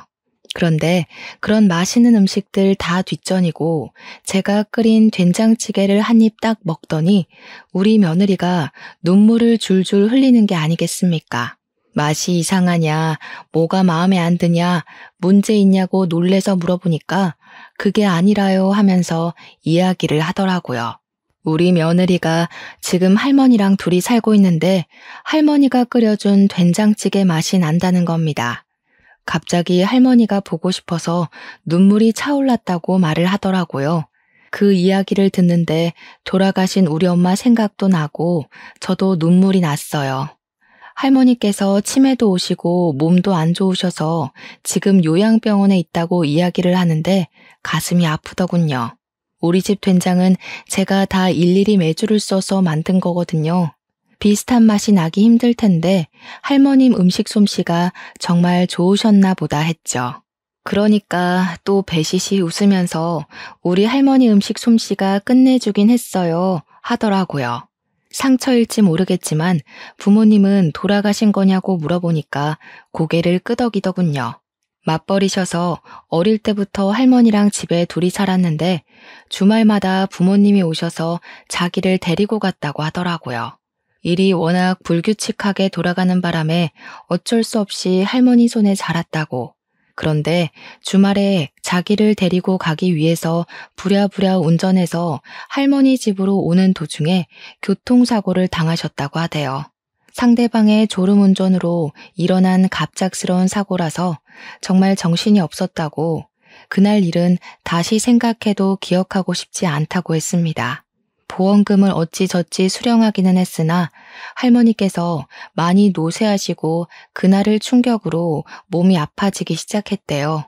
그래서 좋은 요양병원에 모시고 싶은 욕심이 있어서 병원비로 죄다 쓰고 있다고 하더라고요. 그러면서 저한테 우물쭈물 이야기를 하대요. 자기 정말 가진 거 하나도 없는데 이 집에 시집을 와도 괜찮겠냐고요. 우리 아들이면 더 좋은 집안 사람 만날 수 있지 않겠냐고, 정말 부족한 자기라도 예뻐해 주실 거냐고, 제가 눈물을 훔치면서 무슨 그런 말을 하냐고 타박을 하는데 우리 남편이 그러대요. 아가야, 이 전복 양식장이 되다 얼만지 아나? 우리 매출이 얼만지는 알고 며느리 하나 못 먹여 살리겠나? 우리가 돈이 없어서 좋은 집안 여식을 드리고 싶은 마음이 있고 그런 거 아니다. 사람이 됨됨이가 되고 서로를 보듬고 아낄 줄 알아야지. 그런 건 걱정 마라. 알겠지? 그 말에 우리 며느리가 또 엉엉 울대요. 자기도 이렇게 든든한 부모님이 있었으면 좋았을 거라고. 자기만 두고 먼저 가신 부모님이 원망스럽고 밉다고요. 제가 우리 며느리를 안아주면서 이야기를 했어요. 이제 우리가 네 부모인데 무슨 걱정이냐고. 우리 아들 다 필요 없다고요. 딸 하나 들어왔다고 생각할 거니까 걱정 말고 못 부린 응석도 부리고 투정도 부리고 효도도 하라고 필요한 건 다 사주겠다고 했어요. 우리 아들만 가만히 있다가 뭐야, 아들 필요 없다는 거 진짜야? 하면서 은근히 씩씩거렸죠. 이왕이면 할머님이 요양병원에 계시니까 살아계실 때 혼인신고도 하고 결혼식도 하는 게 좋겠다는 생각이 들었어요. 요양병원의 사정을 설명하고 양해를 부탁드렸죠. 결혼식에 할머님을 꼭 초대하고 싶었거든요. 병원 측에서도 양해를 해주셔서 봉사자분이랑 보호사분을 동행해서 결혼식에 참석을 해주시기로 했어요. 아무래도 치매를 앓고 계시다 보니까 옆에서 딱 달라붙어서 케어를 해주실 분이 필요했거든요. 아무것도 모르는 치매를 앓고 있는 노인네가 평소 같으면 난동을 부리고도 남았을 거라고 했는데 하나뿐인 손녀딸의 결혼식이라는 걸 아시는 건지 가만히 눈물을 훔치면서 지켜보셨다고 하더라고요. 보호사분도 봉사자분도 그런 할머님을 보면서 같이 눈물을 흘렸다고 해요. 이래서 치매가 무서운 거라고. 횟가닥 하는 것 같은데도 또 정말 가만히 있어야 할 자리는 알아보는 것 같다고요. 제가 어찌나 결혼식 내내 눈물이 나던지 사람들은 제가 제 딸 결혼을 시키는 줄 알았다고 하더라고요. 그렇게 무사히 결혼식을 마치고 애들은 신혼여행길에 오르게 됐고요. 저는 봉사자분과 보호사분을 모시고 할머님이 무사히 병원으로 돌아가실 수 있게 지켜봐 드렸습니다. 홀로 남을 할머니를 끝까지 걱정하는 며느리의 마음이 예뻐서 제가 여행 가 있는 동안에 할머님을 매일같이 살펴보겠다고 했거든요. 우리 남편도 그 마음이 이해가 가는지 저와 함께 요양병원 근처에서 며칠간 지내며 할머님의 동태를 살폈습니다. 무탈하게 신혼여행도 잘 다녀왔고 글쎄 그 조그마한 손으로 뭘 그리 많이 사왔던지 영양제 같은 걸 많이 사왔길래 우리 며느리 화장품도 사고 옷도 사입고 하지 뭘 이런 걸 사왔냐고 은근히 꾸짖었죠. 그러니까 저한테 오래오래 건강하게 사셔서 자기 된장찌개 평생 끓여달라고 하더라고요. 그 말이 얼마나 예쁘던지 제가 어찌 우리 며느리한테 싫다고 하겠습니까? 애들이 서울에서 일을 하고 생활을 하다 보니까 욕심만큼 자주 볼 수는 없었죠. 그래도 또 간간히 보는 재미가 쏠쏠하더라고요. 매번 아들 내외가 온다고 약속을 잡으면 하루 전날부터 시장통을 털어서 장을 보고 요리를 준비하곤 했습니다. 제가 빠르게 움직이는 걸 보고 주위에서도 저한테 아들네 부부한테 정말 극성이라고 이거 다 며느리 거냐고 놀래시더라고요. 며느리가 예뻐도 너무 예뻐서 다 주고 갈 거예요 하면 복 받은 거라고 낄낄거리면서 웃고요. 며느리가 그렇게 예뻐? 하기야 그 집 며느리가 복스럽게 생기기도 했고 애가 야무지게 말도 잘하더라 하면서 동네 주민들이 칭찬을 해주셨어요. 그때마다 제 어깨가 얼마나 으쓱했는지 우리 며느리가 참 인간다운 면모를 동네 사람들에게 잘도 보여줬구나 했죠. 우리 옆집이 승철이네라고 하나뿐인 아들 이름이 승철인데 글쎄 고놈이 이혼을 하고 고향으로 돌아와 백수로 지내고 있거든요. 매번 승철 엄마가 그렇게 우리 아들 서울에서 고생을 하다가 이제 막 쉬러 내려온 거라고 했단 말이죠. 제 눈에는 그냥 집에서 허구한 날 게임이나 하는 반푼이 같아 보였지만요. 우리 며느리 자랑을 동네방네 했더니 그게 배알이 꼴린 건지 뭔지 그래봐야 며느리는 한철이라고 입을 삐죽이대요.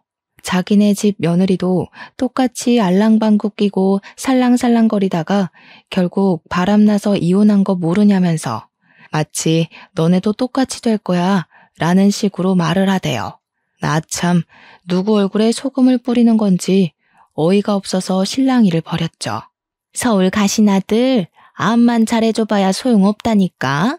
글쎄 뒤돌면 다 까먹고 언제 그랬냐고 입 싹 씻는다고.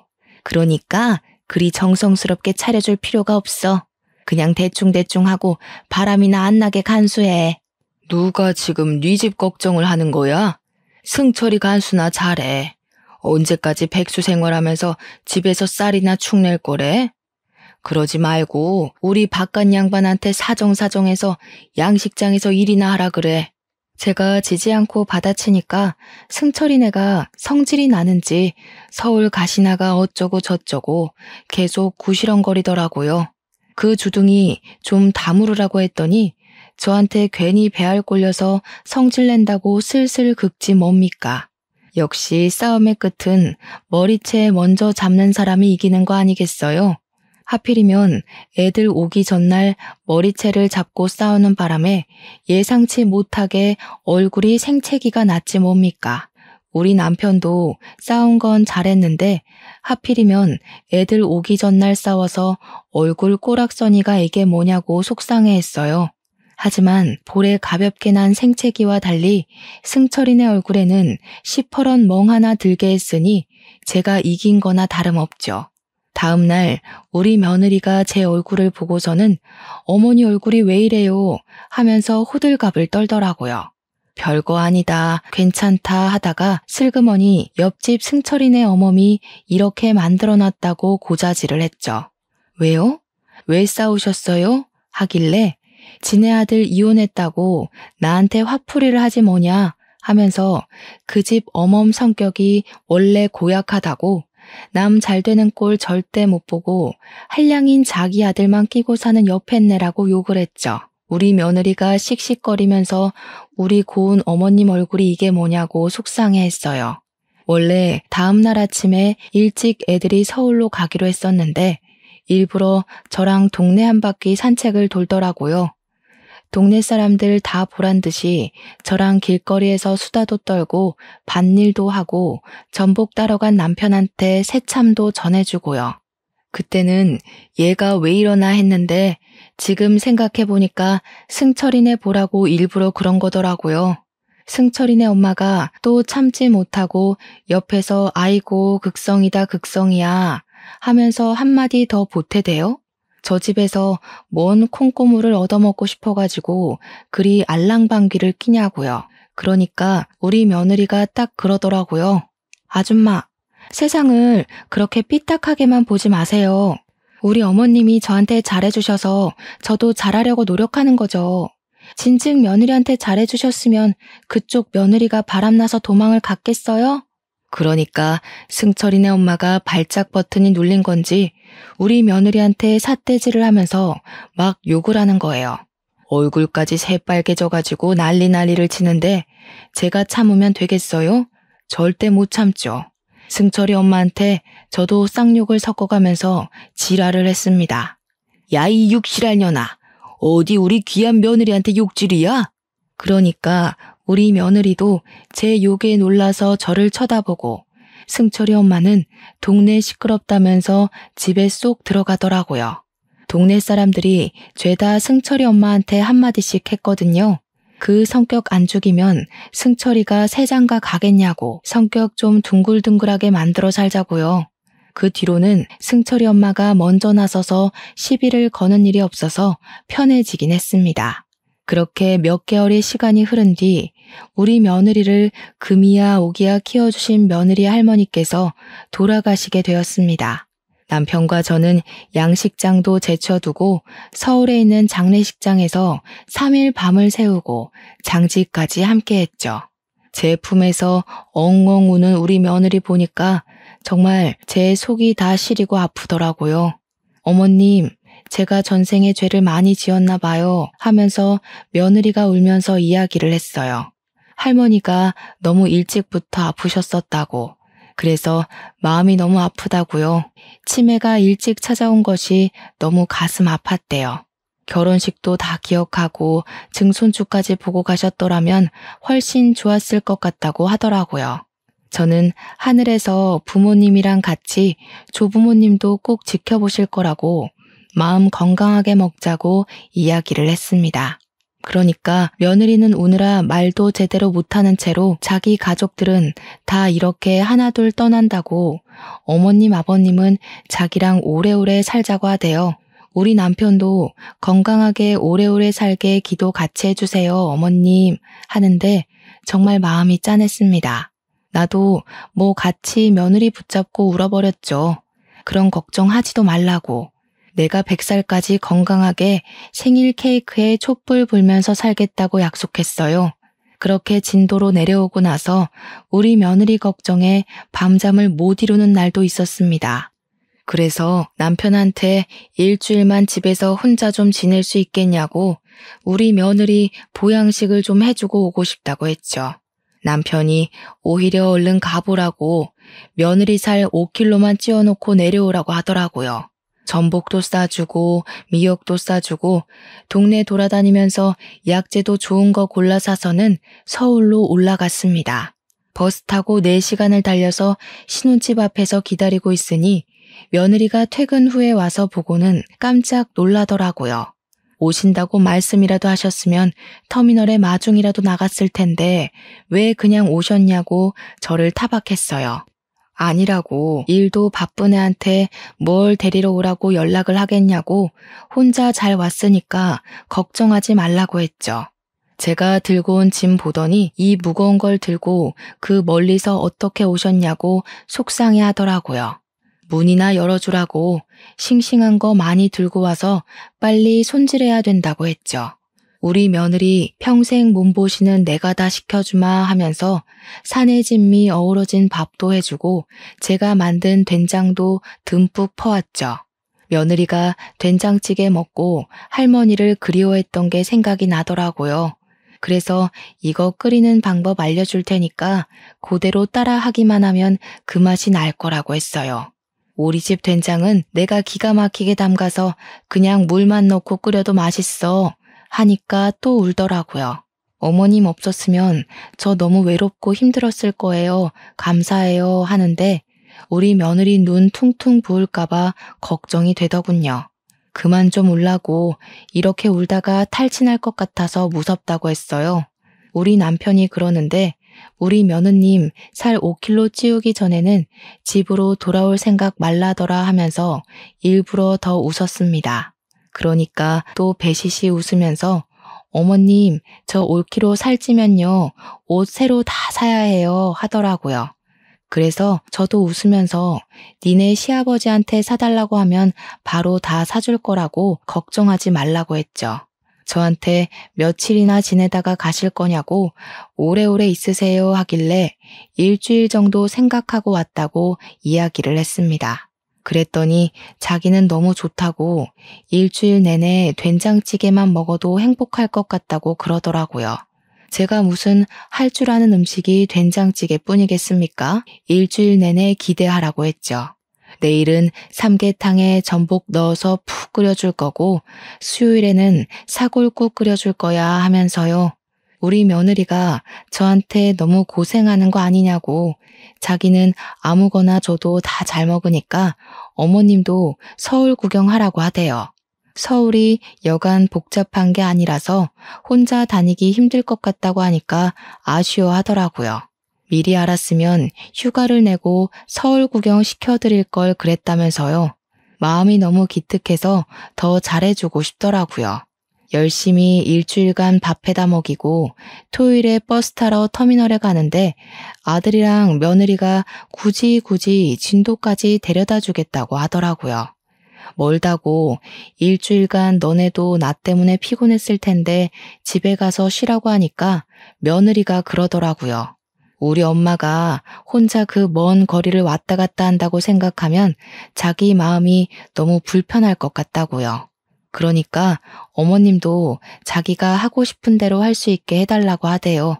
그 고집을 도무지 꺾을 수가 없어서 아들 내외 차를 타고 진도까지 내려왔습니다. 진도까지 도착해서 남편이랑 아들은 술 한잔하고 하루 자고 일요일에 올라간다고 하더라고요. 일요일 아침에 해장국 끓여서 먹이고 이제 서울 올라가라 하니까 며느리가 저한테 봉투 하나를 내밀더라고요. 이게 뭐냐? 하고 물어보니까 일주일 동안 밥 해주셔서 너무너무 감사했다고 용돈 드리는 거래요. 그래서 제가 아가 됐다고 내가 뭐 용돈 받으려고 밥 해준 거 아니다. 마음만 받겠다고 했죠. 제 마음이에요. 제발 받아주세요 하면서 살랑살랑거리는데 우리 바깥 양반이 거참 애들 바쁘다는데 빨리 받아도 하더라고요. 제가 못 이기는 척 받아서는 액수를 세보니까 무려 50만 원이나 넣어두었더라고요. 애들도 애 낳고 살려면 돈 많이 모아둬야 할 텐데 애들 보내고 바깥 양반한테 이야기를 하니까 애들이 무슨 돈이 있어서 그리 많이 넣었냐고 하더라고요. 그러니까 하고 대꾸를 했더니 며느리 계좌번호 알고 있지? 거기로 100만 원 용돈 쓰라고 넣어줘 하대요. 좋은 생각이다 싶어서 며느리 계좌로 100만 원을 넣어줬죠. 요즘은 바로바로 알림이 가서 확인이 가능한지 며느리가 바로 전화를 해서는 어머님 하고 소리를 치는 거예요. 이 돈 뭐냐고. 무슨 돈을 100만 원이나 넣으셨어요 하길래 차비다 했습니다. 나도 내 마음대로 할라니까 그 돈 너 다 써라 했죠. 생긴 건 영락없는 깍쟁이가 어찌나 마음이 곱고 여린지 고맙습니다 하면서도 훌쩍이 돼요. 그렇게 1년의 시간이 훌쩍 더 흘렀습니다. 며느리와 아들은 여전히 깨를 볶으면서 살고 있었고 우리 부부도 아들 내외를 보면서 행복해했죠. 한 달에 한 번은 꼭 진도에 내려와 얼굴 도장을 찍는 아들 부부를 보면서 우리가 자식 동사는 성공했구나 싶었습니다. 남편의 전복 양식장 또한 거래처가 늘면서 점점 일손이 부족하게 되었고 놀고 있는 옆집 승철이를 불러다가 일을 시키곤 했죠. 승철이네 엄마랑은 그렇게 싸운 이후에 사이가 서먹서먹했지만 아들 일 시켜준다고 하니까 또 고맙다고는 하대요. 그러길래 이웃한테 미리미리 잘하고 했으면 얼마나 좋겠어요. 자다가도 인맥만 잘 쌓으면 콩고물이 턱턱 떨어지는 세상인데 며느리는 일주일에 2-3번씩 전화로 수다를 떨고 안부를 전했고 저는 그런 며느리와 통화하는 시간이 제일로 기다려졌습니다. 그러던 어느 날 상기된 목소리로 전화가 와서 급하게 전할 이야기가 있으니 주말에 찾아오겠다고 하더라고요. 무슨 일이라도 생겼나 싶어서 주말까지 잠도 못 자고 며느리만 기다렸죠.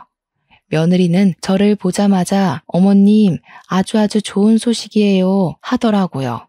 우리 며느리가 글쎄 임신을 했다는 것이었습니다. 아직 7주 차라 심장 소리밖에 못 들었는데 엄청 빨리 뛴다고 하면서 어머님 너무너무 보고 싶었어요 하더라고요. 진도까지 왜 내려왔냐고 우리가 서울로 가면 되는데 했더니 하루빨리 소식을 전하고 싶었대요. 입덧은 없니? 하니까 다른 건 모르겠고 제가 끓여준 해물 뚝배기가 너무 먹고 싶었다고 하더라고요. 새우랑 전복이랑 동죽 쪽에 팍팍 넣어서 된장 육수 내어가지고 끓이는 그 해물 뚝배기가요. 진도에 있는 내내 해물 뚝배기를 끓여주고 서울로 애들을 올려보냈습니다. 며느리가 저한테 너무너무 행복하다고 하더라고요. 뱃속에 자기 피가 섞인 새 생명이 있다는 사실이 죽을 만큼 좋다고 했습니다. 그 뒤로 우리 며느리는 임신 기간 내내 진도에 자주자주 찾아왔습니다. 저랑 같이 제가 만든 작은 텃밭에서 방울토마토도 따다 먹고 고추를 따기도 했고요. 상추를 따서 고기랑 같이 싸먹으면서 유기농이 최고라고 웃기도 했고요. 우리 남편이 소 잡는 날이면 장터에 가서 좋은 소고기를 사와서 그걸 같이 구워 먹고 했네요. 남편이랑 아들이랑 소주 한 잔씩 할 때면 며느리가 입맛을 쩝쩝 다시는데 그게 얼마나 귀여웠는지. 무알코올 맥주인가? 그런 걸 사다 놓기도 했어요. 애 낳으면 나랑 실컷 마셔보자 하니까 입을 셀쭉이면서 어머님 술 못 드시잖아요 하더라고요. 출산할 때까지 내가 술 배워두겠다고 후원장담을 했죠. 진도에 올 때마다 뭘 그렇게 사오는 건지 제발 빈손으로 오라고 해도 말을 듣지 않더라고요. 그게 다 우리 며느리의 정성이라고 생각하니까 마음이 몽글몽글해지면서 너무 행복하긴 했지만요. 그런데 이렇게 행복하면 꼭 불행한 일이 찾아온다고 하잖아요. 우리 가족의 행복함은 그리 오래 가지 않았습니다. 우리 며느리가 회사를 계속 다니고 있었거든요. 막달이 될 때까지 육아휴직을 미루겠다고 일에 욕심을 내고 있었단 말이죠. 중간중간 산책을 나간다고 하지만 회사 일이라는 게 눈치가 보여서 그런 것도 자주 할 수 없지 않겠습니까? 오랜 시간 앉아서 일만 하니까 배가 불러오기 시작하면서부터 점점 뭉치는 듯한 느낌이 있었다고 하더라고요. 임신 7개월 차에는 다리도 많이 붓고 배 뭉침이 심해지는 것 같아서 걱정이 되고 있었는데 회사에서 앉았다가 일어서는데 글쎄 머리가 핑 돌더랍니다. 살도 적당히 잘 찌고 있었고 몸 관리도 잘하고 있긴 했는데 병원에서 아이가 주스보다 조금 작다고 하긴 했었대요. 그래도 아직 막달이 되지 않았고 막달에 애들이 쑥쑥 큰다고 해서 별 걱정은 하지 않고 지냈다고 하더라고요. 입맛이 돌 때는 확 돌아도 평소에는 당기는 게 별로 없어서 끼니를 자주 거르기도 했고 그러다 보니 빈혈기가 갑자기 왔는지 그대로 회사에서 쓰러지고 만 것이었습니다. 문제는 쓰러지면서 의자에 배를 부딪혔는데 그때 아이가 충격을 심하게 받은 건지 운이 나빴던 거라고 의사 선생님은 말씀하시더라고요. 갑자기 자궁이 심하게 수축을 했고 양수가 터져버리고 만 것이었죠. 회사에서 일어난 일이라 사람들이 급하게 119를 불렀으나 신속하게 처치가 이루어지지 못했대요. 조산을 하게 되었고 응급처치도 늦어버렸고 병원에 이송이 되어서 아이를 꺼냈을 때는 이미 아이가 숨을 쉬지 않게 된 후였던 거죠. 우리 며느리는 7개월 동안 품었던 아이를 한순간에 잃어버리고 만 것입니다. 저는 밭일을 하고 있었고 남편은 양식장에 있다가 연락을 받고 바로 서울에 있는 병원으로 달려갔습니다.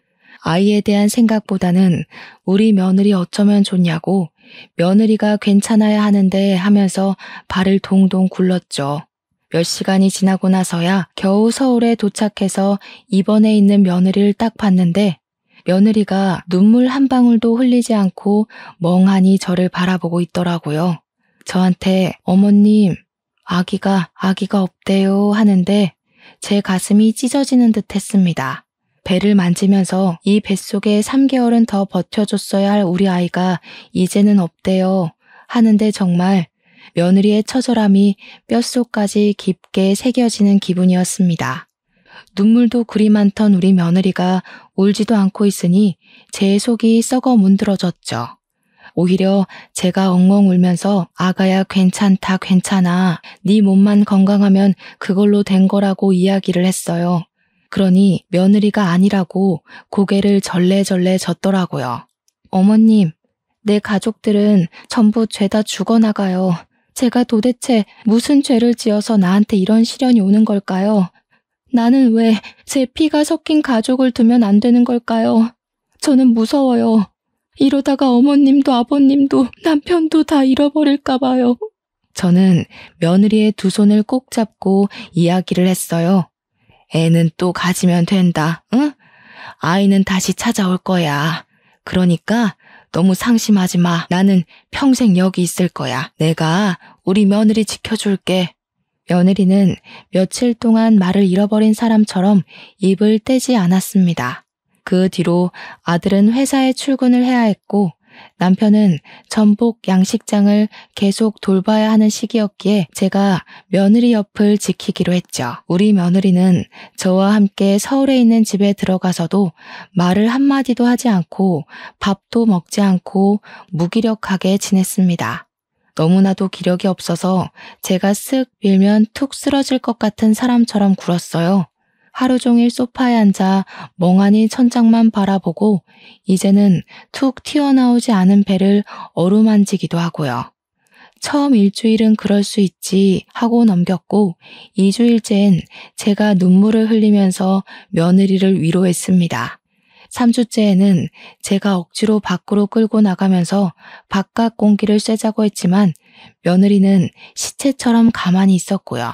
한 달째에는 저도 많이 지치고 말았습니다. 며느리의 마음이 회복될 때까지 기다렸어야 했는데 제가 며느리에게 화를 내고 말았어요. 아이는 또 가지면 되지 않겠니? 너네 결혼 생활에 아이가 그 아이 하나이려고? 그 말이 끝나기 무섭게 며느리가 저를 확 째려보면서 소리를 치더라고요. 제가 며느리를 본 이후에 처음으로 보는 모습이라 덜컥 겁이 날 정도로 무서웠습니다. 저에게 고함을 지르면서 어머니 가세요. 진도로 내려가시라고요. 옆에서 이렇게 귀찮게 하지 마시고 내려가세요. 저 신경 쓰지도 말고 제발 없는 사람 취급하면서 그렇게 사시라고요. 하는 겁니다. 저도 감정이 북받쳐 올라서 며느리의 말에 시비를 걸고 말았죠. 나는 뭐 여기 있고 싶어서 있는 줄 알아? 다 너 보살피려고 이러고 있는 거 아니니? 너는 내가 우습지? 고마운 줄도 모르고 어떻게 진도에 내려가서 신경도 쓰지 말고 살라는 말이 나와? 격해져 버린 감정은 주워 담기에는 많이 흘러넘치고 말았습니다. 제가 소리를 지르면서 같이 이죽거리니까 그제야 며느리가 참았던 눈물을 뚝뚝 흘리더라고요. 한 달 동안 울지도 않고 꾹꾹 참았던 애가 제 말에 눈물을 펑펑 쏟더군요. 아직 제 마음속에는 죽은 우리 아이가 생생하게 그려진다고요. 그런데 아이를 잃은 어미한테 어떻게 애를 더 낳으면 된다고 이야기를 하실 수 있으세요? 저만 산다고 이 더러운 세상에서 삶이 사라지나요? 가슴에 묻은 아이를 어찌 그리 빨리 잊으라고 하실 수 있냐고요. 며느리는 원망이 가득 담긴 목소리로 저에게 조곤조곤 이야기를 시작했습니다. 며느리의 이야기를 듣는데 쥐구멍에 숨고 싶을 정도로 제가 부끄러워졌어요. 아이를 잃은 어미한테 제가 참 모진 말을 했구나 싶더라고요.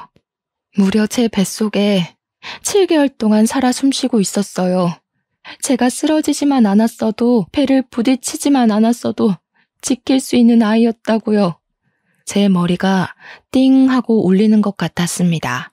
저랑 남편은 그저 며느리에게 갈 애가 간 것이라고, 사고였을 뿐이라고, 의사도 운이 나쁜 거였다고 하지 않았냐 위로했거든요. 며느리는 자기가 쓰러졌기 때문에 아이가 그렇게 된 것이라고 생각을 하더라고요. 자기가 살인자라고 악을 쓰면서 우는데 제 생각이 짧아도 너무나도 짧았던 것이었죠. 며느리 얼굴을 보고 하루하루를 더 지내는 게 곤욕스러웠던지라 저도 그 자리를 피하고 싶었습니다. 아들에게 조심스럽게 이야기를 하고 저는 며느리를 피해 진도로 내려왔습니다. 남편은 저에게 아무런 말도 하지 않았어요. 제 마음도 이해를 하고 며느리의 심정도 이해가 간다고 했습니다. 아들은 자기가 마음 추스릴 수 있도록 옆에서 힘이 되어줄 거라고, 병원도 데려가 보고 할 테니까 너무 걱정하지 말라고 했어요. 하지만 와이프가 먼저 연락을 할 때까지 연락은 삼가고 기다려주셨으면 좋겠다고 이야기를 하더라고요. 그때부터 저랑 남편은 우리 며느리가 하루빨리 쾌차하기를, 추스르기를, 마음이 건강해지기를 기다렸습니다.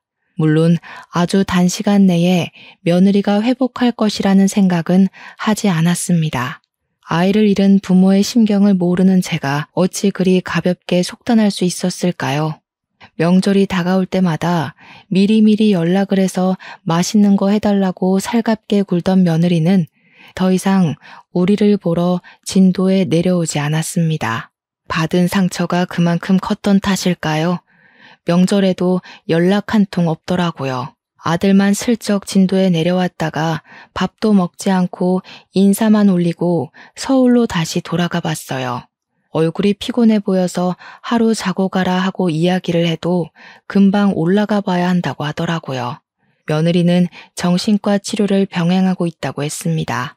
엄청난 무기력증과 우울증이 동반되는 바람에 입원 치료까지 권유를 받았다고 했어요. 당연히 회사에도 병가 처리를 하고 길게 쉬기로 했고 약도 한 움큼씩 먹는다고 하더라고요. 남편은 그런 며느리가 너무나도 걱정이 된다고 했습니다. 저와 남편은 잘 이겨낼 수 있을 거라고 아들을 다독였고요. 우리 아들이 죽어가는 얼굴로 와서 인사만 쏙 드리고 서울에 올라가니까 방정맞은 옆집 승철이네만 신이 났습니다. 저한테 슬그머니 와서는 염장을 있는 대로 지르더라고요. 거봐, 그 집도 이혼 안 됐지? 잘하는 며느리라고 해봐야 3년을 못 간다니까. 우리 예전 며느리 봐봐. 3년도 안 돼서 이혼했잖아. 아무튼 서울 것들이 다 그렇고 그렇다니까. 야, 이 정신나간 옆했네야. 우리 며느리가 아파서 못 온 거다. 너는 아픈 사람한테 그런 말을 하고 싶니? 그러면서 제가 승철이 엄마 머리채를 잡고 악을 쓰면서 등짝을 막 때렸습니다. 제가 지랄 연병을 떠니까 동네 사람들이 죄다 나와서 저를 말리는데 제가 발길질까지 하고 난리를 쳤죠. 승철이 엄마는 제가 이렇게까지 반응을 할지 몰랐는지 어이없다고 황당하다고 하더라고요. 자기가 무슨 못할 말을 했다고 이렇게 개패듯이 패냐면서 경찰을 부르겠다고 하더라고요. 경찰? 불러봐. 어디 한번 누가 이기나 보자. 이왕 경찰 불러서 연병 떠는 거 한 대만 더 맞고 불러라 이년아. 네가 경찰을 불러서 고소를 하네 뭐네 하는데 나도 너 명예훼손으로 고소할 거야. 제가 막 엉엉 울면서 이야기를 하니까 우리 남편도 다가와서는 한 번만 더 우리 며느리 욕하고 다니면 다 뒤집어 엎어버릴 거라고 경고를 했어요. 집에서 한량백수로 놀고 있던 승철이가 우리 양식집에서 아르바이트를 하고 있었잖아요. 그걸 들먹이면서 두 번 다신 승철이를 양식장 근처에도 못 오게 하겠다고 하니까 그제야 우물쭈물 하더라고요. 뭐 그 집 며느리가 아픈 걸 알았나 몰랐지 이러면서요. 저와 남편은 끈질기게 며느리가 다시 연락을 해올 날이 다가오기만을 기다렸습니다. 아들이 원했던 대로 절대로 먼저 연락도 하지 않았고요. 간간히 아들에게서 듣는 며느리 소식으로 만족해야만 했죠. 그렇게 1년을 기다리고 2년을 기다렸습니다. 우리 며느리는 점차 호전이 되고 있는지 아들이 전화하는 횟수도 진도로 내려오는 횟수도 늘어났습니다. 아들의 근심이 가득했던 얼굴도 점차 활기를 찾기 시작했고 집에서도 며느리랑 대화하는 시간이 늘었다고 하더라고요. 며느리는 오랜 병가를 지속할 수 없어 결국 회사를 그만두게 되었다고 했습니다. 일에 참 열심이던 며느리가 이렇게 허무한 퇴직을 하게 되었다고 하니 제 마음이 싱숭생숭했죠. 자기가 높은 자리까지 꼭 올라가서 여성 임원이 되는 게 꿈이라고 했었거든요. 그래도 회사를 그만둔 지금 명상도 하고 운동도 다니면서 건강을 찾으려고 노력 중이라고 하더라고요. 병원에서 받아 먹던 약도 많이 줄어들었고 병원 가는 횟수도 이제는 많이 줄었다고 소식을 전해왔습니다. 그래도 아직까지는 진도에 내려올 용기가 나지 않는다고 아들에게 미안하다고 했다네요. 우리는 아들에게 괜찮다고 우리 며느리 잘 보살펴 주라고 이야기를 했죠. 아들이 서울에 올라가 보겠다고 인사를 하는데 문득 된장찌개를 좋아했던 우리 며느리 얼굴이 생각이 나더라고요. 그래서 잠시만 기다려보라고 하고는 된장을 큰 통에 듬뿍 담아서 아들 편에 들려보냈습니다. 며느리가 우리 집 된장 좋아했었잖아 하면서 이거 먹고 기운 차리라고 전해달라고 했죠. 새로 띄운 메주로 만든 된장이라 쿰쿰한 맛이 덜해서 찌개에 끓여 먹기 딱 좋았거든요. 그렇게 아들이 서울에 올라가고 그날 저녁 늦게 2년 만에 우리 며느리한테서 전화가 걸려왔습니다. 제가 화들짝 놀라서 이게 꿈인가 생시인가 고민을 하다가 전화를 받았죠. 예, 아가 하면서 전화를 받았는데 제 목소리가 사시나무 떨리듯이 떨리더라고요. 우리 며느리가 훌쩍훌쩍 하더니 이내 엉엉 울면서 어머님 죄송해요 하더라고요. 그 목소리를 듣는데 저도 같이 눈물이 났습니다. 얘 도대체 뭐가 그리 죄송하니? 내가 네 마음 하나 헤아리지 못해서 막말을 했다 내가. 괜찮다. 얼굴 안 보고 살아도 되니까 우리 며느리 마음 건강부터 되찾자. 응? 며느리는 계속 꺼이꺼이 소리를 내면서 울다가 버텨낼게요, 살아낼게요 주문을 외우듯이 말을 하더라고요. 저한테 건강하게 지내고 있으라고 꼭 아프지 말라고 이야기를 하고는 전화를 끊었습니다. 그렇게 전화라도 하니까 정말 마음이 사르르 풀리더라고요. 사실 저도 사람인지라 가끔 원망도 하긴 했거든요. 제가 뭘 그리 잘못했다고 유난을 떠나 싶기도 했고요. 그래도 저는 또 끈질기게 며느리를 기다렸고요. 며느리가 발길을 끄는 지 3년 4개월째에 또다시 새해가 찾아오게 되었습니다. 그날도 우리 아들 혼자 오겠거니 하고 버선발로 나가 기다리는데 우리 며느리랑 같이 진도에 내려왔거든요. 저는 며느리의 얼굴을 보고도 믿기지가 않아서 입을 떡 벌리고 있었습니다. 며느리가 저한테 아버님, 어머님 늦어서 죄송합니다 하는데 제가 며느리 등짝을 아주 살짝 소리가 나게 때렸어요. 죄송하다는 말 그만하지 못해? 너 죄송할 거 하나도 없다. 잘했다. 그만 울어 정말. 너네 조부모님 사돈어른 첫째 아이 할 거 없이 다 나한테 쌍심지 켜겠다. 그랬더니 며느리가 저한테 드릴 말씀이 있다고 하더라고요. 덜컥 겁이 나서 무슨 일이냐고 물어보니까 저한테 초음파 사진을 쓱 내밀더라고요.